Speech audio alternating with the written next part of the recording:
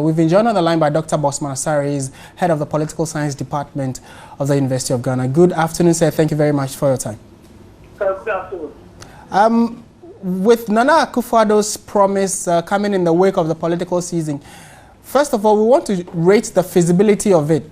From where you stand, is it possible? One district per one factory per district?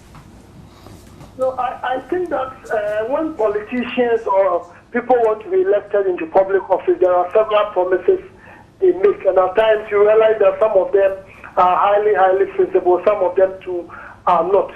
But when you look at Ghana, the number of districts we have in this country, for someone to say we want to ensure that every district has at least one industry, one factory, etc., I don't think this is something which is so difficult to accomplish, because this is a country, unemployment is a major problem. And normally when you are talking about setting up industries, you look at the local conditions. What is it capable of?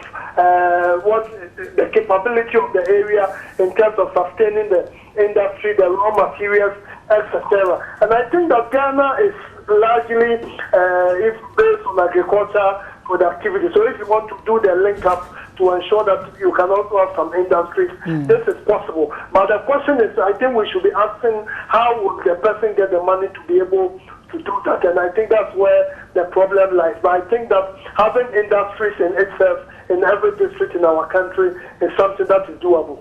And there are those who have questioned the modernity of that idea, because we are moving, as the world globally is moving away from brick and mortar structures to, you know, forming businesses that necessarily do not need a physical structure to work.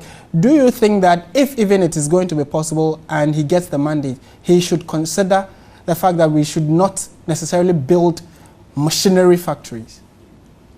So I think that when you are looking at the bigger picture very well, globally all the countries that have made the progress, and all of them, you see them in the service sector, tourism, transportation, auditing, etc. You realize that most of them started from agriculture, then they did so much, they did very well, and they went into industrialization.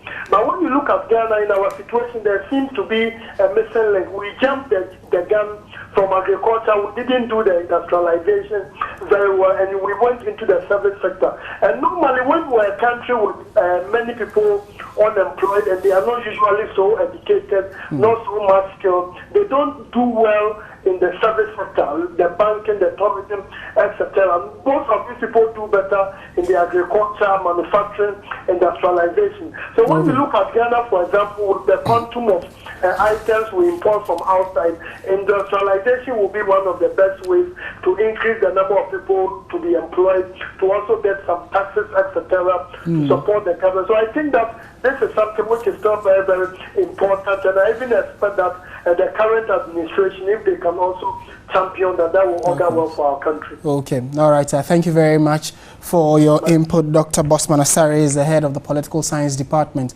of the University of Ghana.